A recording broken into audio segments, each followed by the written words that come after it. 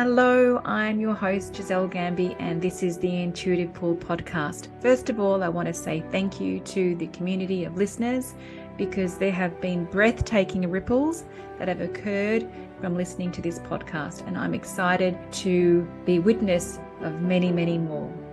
This year, I'm dedicating this podcast to the theme of 2023 being a breakthrough year.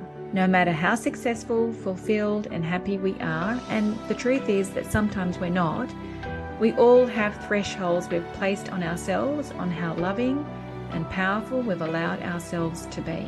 Following the intuitive pull does not negate our vulnerabilities and our humanness. Oftentimes, following the intuitive pull asks us to see our blind spots and to bring what has been in the shadow to light. And when we do, we can see that being fully human is in fact the precursor to remembering that we are infinitely greater than this mortal body, that we are infinitely connected beyond this time and space, not in spite of our humanity, but because of the intricate weaving of all aspects of our precious humanity. When we take responsibility and remember that you have the power to decide what you choose, and we fuse that with a letting go of control and surrendering into the plans that you didn't make, there is nothing that you cannot transform.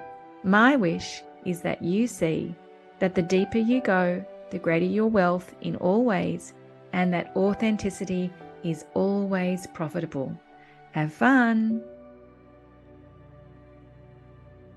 Good morning, Intuitive Pull community. It's Monday morning, the 1st of May. My daughter's 12th birthday, the 2nd of May, very exciting. And on the 4th of May, this Thursday, I head to Kenya again for my 4th time. Really, really looking forward to the spaciousness that is in Kenya. Before I head, I tell you what, I'm feeling so creatively powerful at the moment. There is just so much flowing through me. There's not enough time to capture all that is flowing through me. There are at least 3 episodes that are ready to be created. I don't know if I'll be able to get to the other 2 before I head. However, I was absolutely pulled to create this episode for this community on Monday morning. This is a powerful one. It is really the culmination of what has been moving through me, what has been moving through many of my clients in the last month. And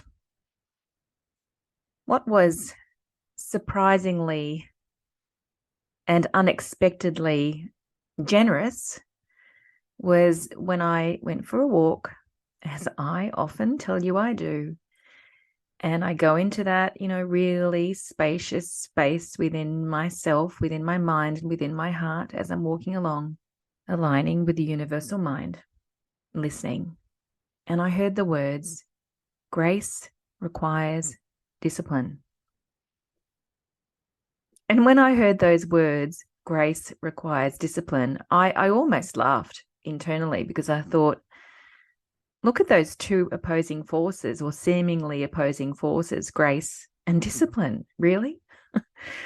And so I inquired, and yes, it is true. Grace requires discipline until it no longer does. And so there are times when grace is going to create the experiences in our life that are required where freedom is absent. And what has been really, really present in my life and in, as I said, many of my clients' process at the moment is around the theme of core wounding.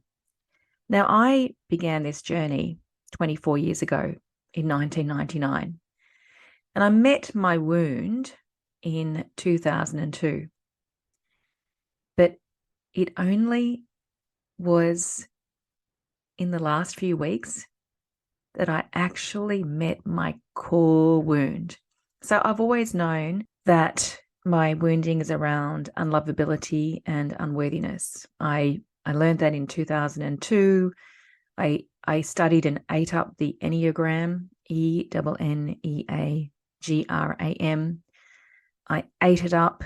It's a teaching that dates back to the Sufi days that tells us about 9 different personality types and 12 different belief systems.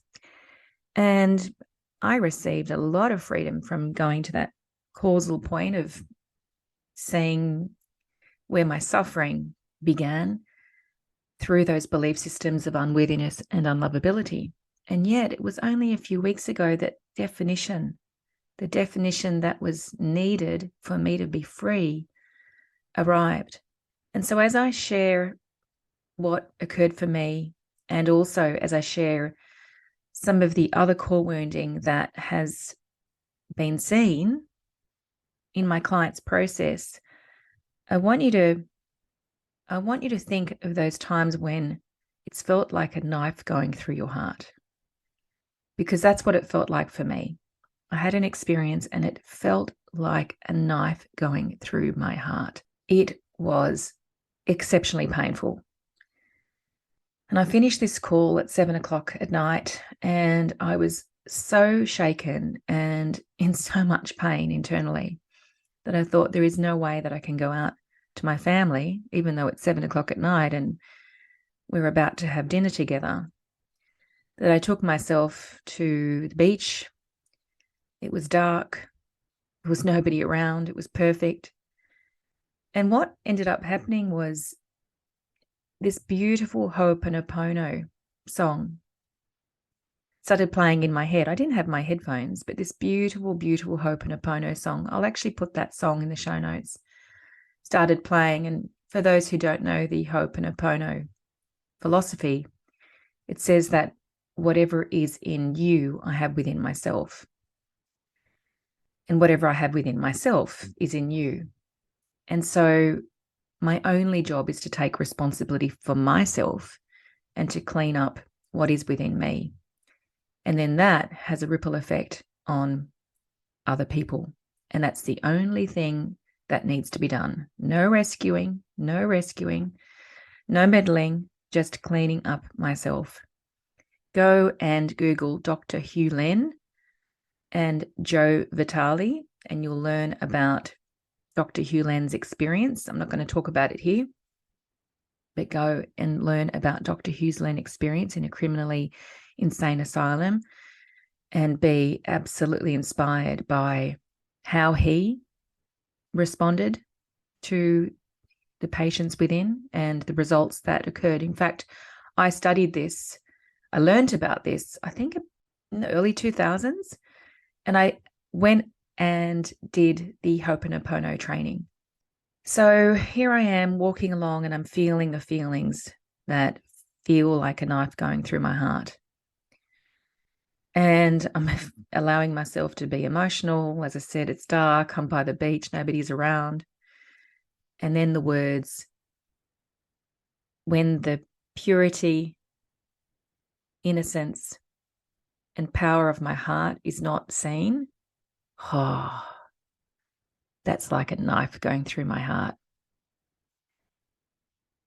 So I'm with those words, I'm feeling all the feelings, really allowing myself to be fully human.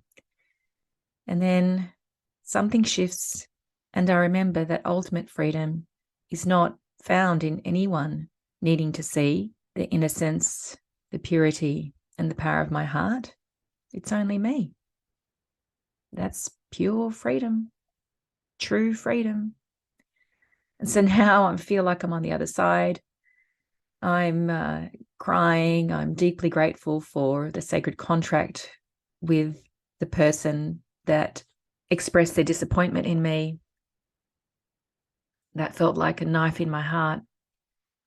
And I'm weeping. I'm weeping in gratitude and so much awe and wonder at the divine orchestration of life. And then I'm saying that as I'm cleaning this up within myself, that is all that's required. And I know that it will have ripple effect on someone who I had been trying to rescue, because the purity, innocence and power of my heart had not been seen. And so how wonderful that I got to go to that causal point of suffering and drop the rescuer role when someone doesn't see the purity, innocence, and power of my heart. It's only for me to see. It's only for me to see. So I'm just going to share a couple of other core woundings that I've been holding space to be seen with clients, because you'll see that it's not all the same. I was working with one client, in fact, and she was saying to me, I feel like, your core wounding is right for me, but it actually wasn't. And so when we went to the knife in her heart, it's when she does speak and she still feels invisible. That's a knife to her heart.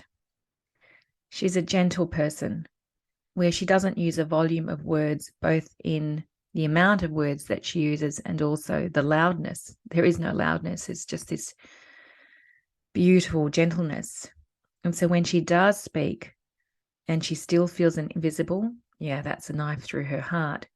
Now, she doesn't go and rescue like I do or like I did. She weaponizes her gentleness and becomes the ice queen. Another example, when this person's effervescent, deeply loving, deeply compassionate, and edgy communication is muzzled, that's a knife to her heart. And what comes out? We kept on talking about this sting in the tail. She'll communicate 90% of truth. And then there'll be this 10% sting in the tail, which totally unravels and undoes the good intention that she had. And it happens, it's the reaction of having been muzzled, muzzling herself since she was a child. And so now we've defined that behavior as the scorpion. It's when the scorpion comes out because she has muzzled her effervescent, deeply compassionate, deeply loving, and edgy expression. Another example of core wounding is when the grace and the power of God that is within each of us is not honored. That is also a knife through the heart. It feels like the ultimate betrayal. And what happens there is there's a withdrawal from communing with others.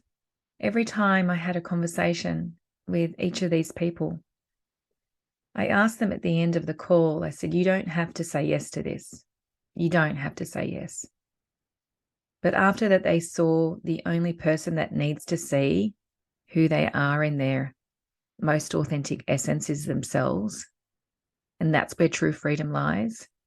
I asked them the question at the end of the call, prefaced with, you don't have to say yes, just in case there was something else for us to see.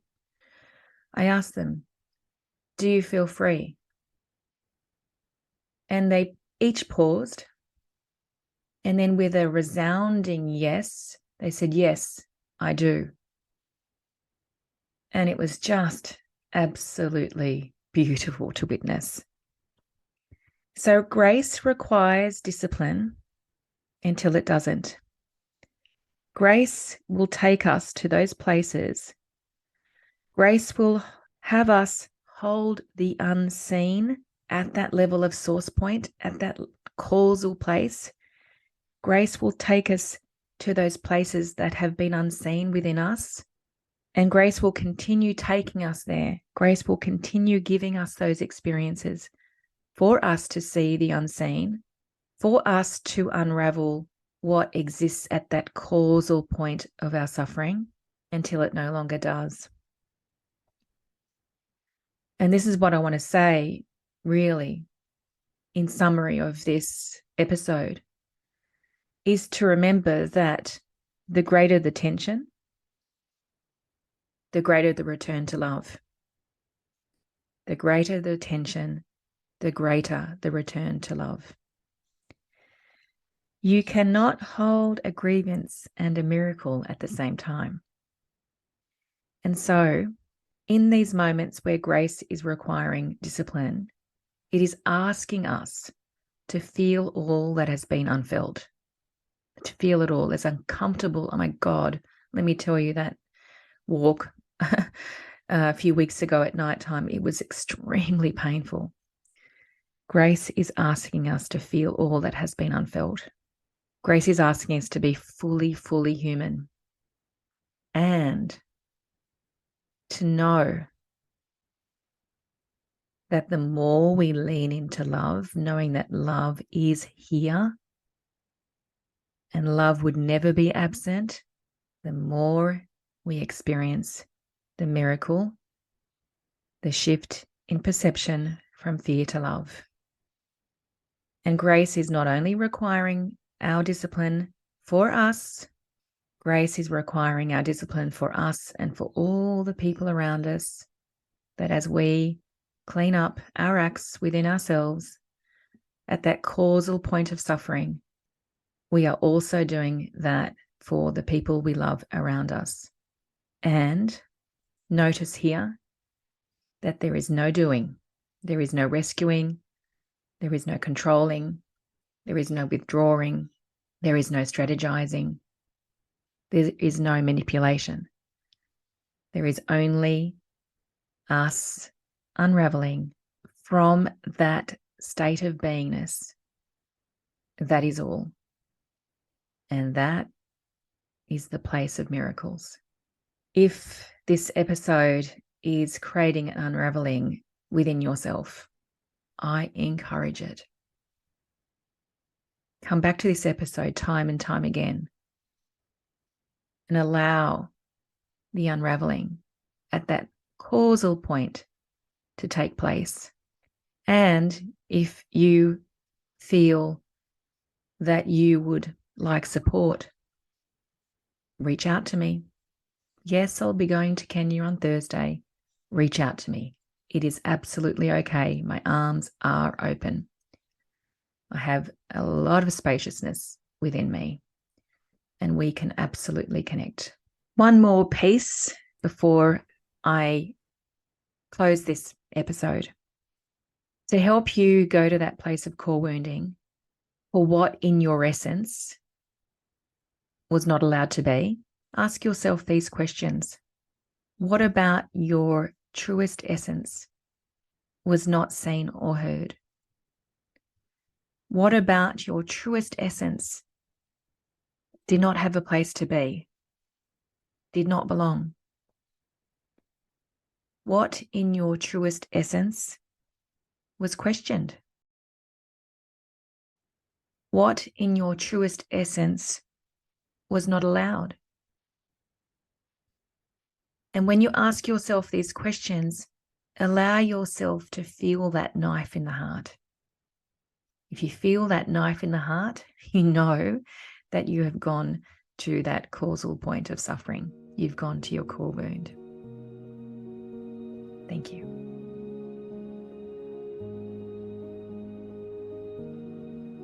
Hey guys, if you love this podcast, I have 2 requests. Number 1, sign up to the newsletter, which you can find in the show notes.